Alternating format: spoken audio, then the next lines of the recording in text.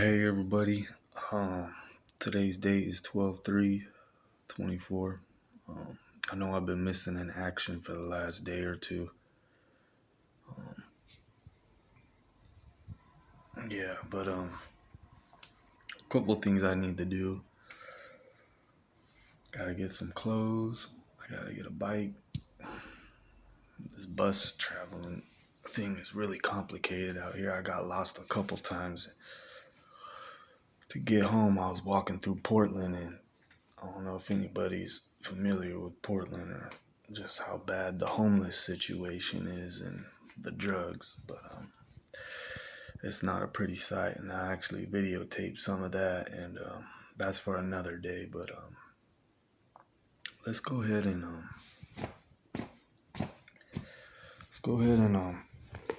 go into a little bit of the Bible, something that standed out for me. As you guys know, I usually try and find something pinpointed out, and you know, if anybody's there, has been there, or want to try and find ways through it, who knows? This might be a starting point for me and you. But here we go. This is James. It's the Holy Bible right there. This is James, chapter 4, 7, chapter 4, verse 7, and to like verse 13. But here we go. So, humility cures worldliness. So, therefore, submit yourself to God. Okay, submit yourself to God. Resist the devil, and he will flee. He'll flee from you. Draw near to God, and He will draw near to you. Cleanse your hands, you sinners, and purify your hearts, you double-minded. Laminate and mourn and weep. Let your laughter be turned to mourning, and your joy to gloom. Humble yourselves in the sight of the Lord, and He will lift you up. Okay. That's tough.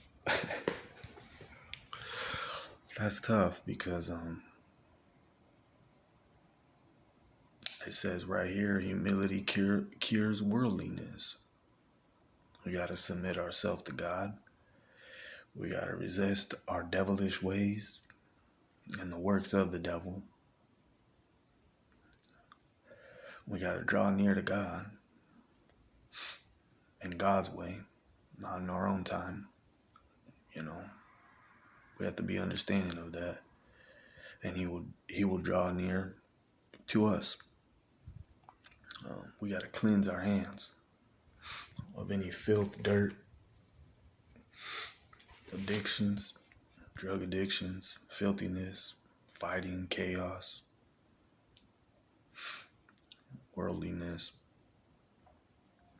And He says right here, you sinners, purify your hearts, you double-minded. Yeah? Humble yourselves in the sight of the Lord. How do you do that? The sight of the Lord. A lot of us humble ourselves in the sight of the world, in the sight of an idol, in the sight of some popularity or somebody who's important. We humble ourselves by the way they speak, the way they do things. But this one right here says it says humble yourselves in the sight of the Lord. That means humble yourself in the sight of the Lord when He is watching, not when somebody else is watching, not when the Lord knows. Humble yourselves in the sight of the Lord, because He sees what we're doing, when we're doing it, and how we're doing it. Let's not make that a habit. And it says right here, humble yourselves in the sight of the Lord, and he will lift you up. And not spiritually and physically, he's gonna lift you up and you're gonna be gone. Like, no, let's be serious here. He will lift you up, you know. But here's to the next one. Same chapter 4, James. I'm going down to verse 11 through 13 or 12. All right. So, do not speak evil of one another, brethren. He who speaks evil of a brother and judges his brother speaks evil of the law and judges the law. But if you judge the law, you are not a doer of the law, but a judge. There is one lawgiver who is able to save and to destroy. Who are you to judge another?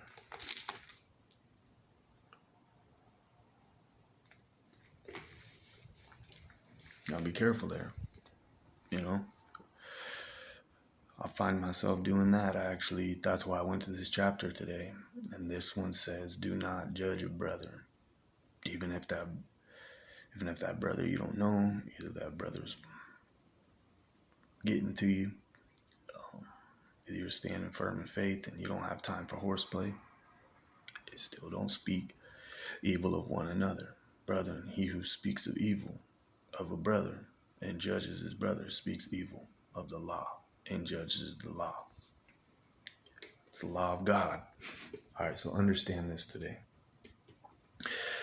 Today, I went shopping, Winko's, and I had my sister take me, and it was just me. She didn't want to go in, and I'm going shopping, and I'll just tell you the sequences that started getting me to judge. And I should have prayed, but I prayed before I went, but I should have just stopped for a second and just prayed, you know, but it's hard when you got things going on. So here's what happened. I'm going to get a cart. This lady and her daughter and her son jumped right in front of me and grabbed 2 carts, and I grabbed the cart next, and until I started putting food in that cart, I started realizing that the cart was hard to turn. It had a messed up wheel, but I didn't notice that at first. I started putting stuff into it, and that's when I started like, oh man, I got the wrong cart. But I was kind enough to let these people go ahead of me because they looked like in a rush, and I didn't rush to go get my cart because that was me being Christ-like and being patient. So I did that. So the next thing I encounter is I'm walking, and there's this big guy and this long-haired guy, and they're talking really loud. And I'm focusing on my shopping, and I was gonna go down that aisle, but those guys went down there, and it was kind of a bigger guy. And you know, I come from a background where I've been around a lot of loud people, obnoxious bars, or other things with other family members getting loud, and I'm just kind of a quiet, low-key type person, you know what I'm saying? Especially when I'm humbling myself, I like to really be in the spirit, and I don't like getting thrown off guard or interact with anybody or get any wrong impressions that can get in the way of my relationship with me and God. But anyway, so I try to stay away from situations like that when I can. So I'm going down this aisle, and then the loud person goes down that aisle. So I like, okay, well, I'm going to go down the next aisle, try to avoid it. I see a couple items I have to get here. Slowly but surely, I'm not even halfway down the aisle, and the loud guy comes down the aisle where I'm at, and I'm picking up some items, and he's talking, and I'm just like, I can't even think, man. I gotta think, you know, and I'm already ADHD, so it's hard for me to focus. But so the guy comes by, he does a Yui, and he's loud. He does a Yui, and he hits my cart. and I got some glass in there or whatnot, but it was still a respect thing. Like, you come all the way this side, you're being loud, and you come and do a Yui and you hit my cart. And he's a big guy. I don't think he expected me to do it. And he hit my cart, and something just went off. But I went off in an inapproachable way. I said, "Hey, look, man, you just hit my cart. Don't do that." You know what I'm saying? And he's like, "Yeah." And I'm like, "Yeah, all right." And that was that. And I tried to get away from him. I tried to get away from the guy because it seems like he was starting to get everywhere I went in Winkles. He was there. I can hear his mouth. Well, anyway, I'm walking down. I'm finally getting to the end of my shopping, a little bit here, a little bit there, and it's getting more crowded. And my sister wanted to take me to Winkos at like 6 o'clock, and I'm a guy. I go to Winkos at 12 and 1 to avoid this stuff. I don't even care. I'll go at 11 or 12 just to avoid being in traffic in Winkos because I don't like. I mean, it's just hard for me, man. I don't know. It's just something about me. But at the end of my shopping, I can still hear him around, and we meet up at another aisle, and he's talking loud, and I got to get to that aisle, and I got to cross him. Well, he blocks the pathway with another guy in a cart and a dog, and makes me take a left down this aisle. And I ignore it. I just keep going. God says, turn the other cheek. And I tried not to interact with that situation wrong. But as I'm going, he's talking loud and he's looking down my direction. So I glance back a little bit, turn around, I can see he's dead eye eyeballing me. You know what I'm saying? Especially after the last interaction, he's probably feeling a type of way. So he's eyeballing me. And I look back, glance, and I notice he's not stopping. So then I turn around all the way back, and I'm like looking at him. I'm like really, bro? Like, you know what I'm saying? It took God for me to say, keep going. So I kept going. But that shows to you, bro, that I don't know, maybe the guy could have been speaking or thinking a certain way of evil of another brother, which could have been me. But I found myself there to therefore I had to submit to God and resist the devil. I'm not saying that individual was the devil, but he was triggering me to bring out my kindness or my religion or my belief or however I took it. You know, just the stuff, the encounters I've had with that individual, I wasn't appreciating. We're there to shop, not to, you know, not there to, you know, whatever. You know what I'm saying? But that's what it says. Do not speak evil of one another. He who speaks evil of a brother and judges. I was hoping I didn't judge, but I could have went around about the situation. Say, hey, excuse me, you're bumping in my car, and you know, I got some glass in here. I don't want it to break. You hit my stuff too hard, or not. But anyway, God bless you. Have a good rest of your day. You know, I could have came at it different. You know what I'm saying? But after that incident, I get to the line. I don't know, man. Start heating up a little bit, and I was like a little bit on edge on that situation. But then I'm in line, and I'm like in line, right? So I'm in line in front of me, right? And there's a guy on this side, and he's walking with this girl, and there's so much room to walk. And I'm kind of going through my cart, so I'm turning this way, and I'm just watching my back a little bit, because I always do that. And he comes walking past this way, super close, bro. And he's like a bald-head guy, a white dude. And he's just walking by, and he's kind of like this, just looking at me, kind of turning towards me. It's like one of them fanny packs right there. And he's walking a little close, so I literally like turn. I kind of turn, bro, and I know my groceries right here. I'm like looking at him like this, straight up, like getting face to face. He's coming my way, I'm coming that way. But it was just the way he was approaching me, bro. And I had to relax from that situation because I don't like when grown men try to judge other men, even though they're a little bit older. I'm a young man. I don't like to be tater totter or kindergarten like I'm a little kid, bro. Like, I'm an adult. I won't approach you in a certain manner if you don't approach me in a certain manner. keep your space, keep my space. When somebody's walking in back just kind of looking at me like that and I can see them, then I gotta turn around because I don't know if somebody's gonna take off on me, but I'm not just gonna let anybody. But I could have handled the situation better, but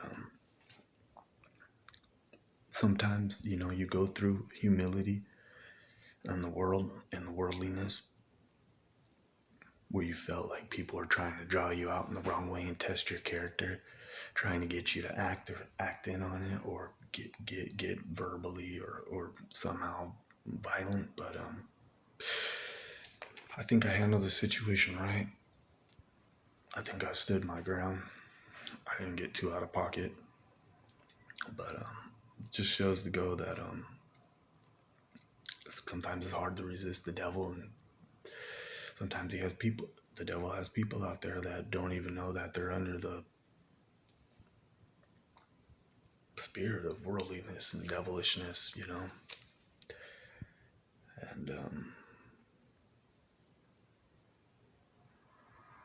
it says right here, who are you to judge one another? I didn't want to judge. I don't want to be judged. I have one person who's going to judge me, and that's God. So I take into consideration of that. But next time I do go shopping, it will be a little bit later or early in the morning.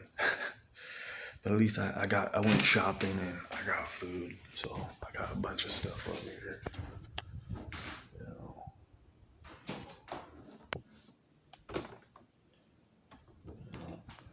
Food, some water, so I gotta eat. But yeah, but let's go into prayer because I just want to let you guys know, like, I understand how it's tough for people to go out nowadays. Sometimes there's negative interactions with people, and you know what that is. My sister had to rewind me, and I was like, "What is going on?" She's like, I told her before I even went to Wink, I was like, "Yeah, I've been staying strong in the Word for the last 3 days, every morning, evening, and night. It's Jesus, bro. I'm always doing Jesus for like 8 hours a day. Like, I'll just leave the TV going with me in bed, just meditate and reading my Bible. I don't stop. It becomes a routine." But she's like, "You know what that is? The devil knows you're getting closer, so he's just trying to get at you. He's trying to attack you, trying to throw you off course, trying to get you upset, trying to throw his monkey wrenches." I was like, that's what it is. Every time when I get closer, that's exactly what it is. He brings people in a line behind you he brings people around you to try and throw you off and get you upset. And you know what? Let it be for the will of God. But let's go into prayer. Before we go into prayer, let me read the chapter 4. Because this one's good. This is pride promotes strife. This is what it says about pride. And I hope I wasn't too prideful, because if I was, I would have been like, F you, man. You know what I'm saying? But where do wars and fights come from among you? Do they not come from your desires for pleasure that war in your members? You lust and do not have. You murder and covet and cannot obtain. You fight and war, yet you do not have because you do not ask. You ask and you do not receive because you ask amiss, that you may spend it on your pleasures. Adulterers and adulteresses do not know the friendship with the world is enmity with God. Whoever therefore wants to be a friend of the world makes himself an enemy of God. I'm going to read that again. Adulterers do not know the friendship with the world is enmity with God. Whoever therefore wants to be a friend of the world makes himself an enemy of God. Or do not think that the scriptures say in vain, the Spirit who dwells in us yearns jealousy, but he gives more grace. Therefore he says, God resists the proud. That's what I feel like I was doing at the store. I was resisting the proud. I I knew some people were like wanting to fight me because I'm not from Oregon. I got tattoos on my face. But he gives grace to the humble, and I was humble to not wrongly interact and say, hey, let's have a talk outside. We can talk out there, in a more private place. That would be prideful, trying to fight, trying to check somebody up in the wrong way. But I stayed humble, stood my ground, went shopping, got in and out of there. So anyway, let's go into prayer. Dear Heavenly Father, as a sinner to a believer, I sit here, Father Lord, and ask of you, Father Lord, to continue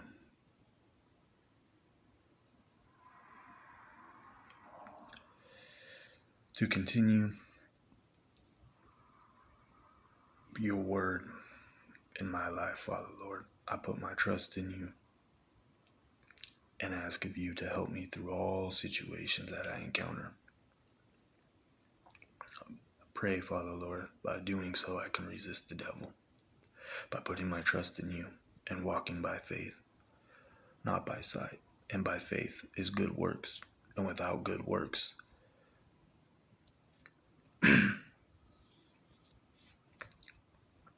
of faith, there is no faith throughout works.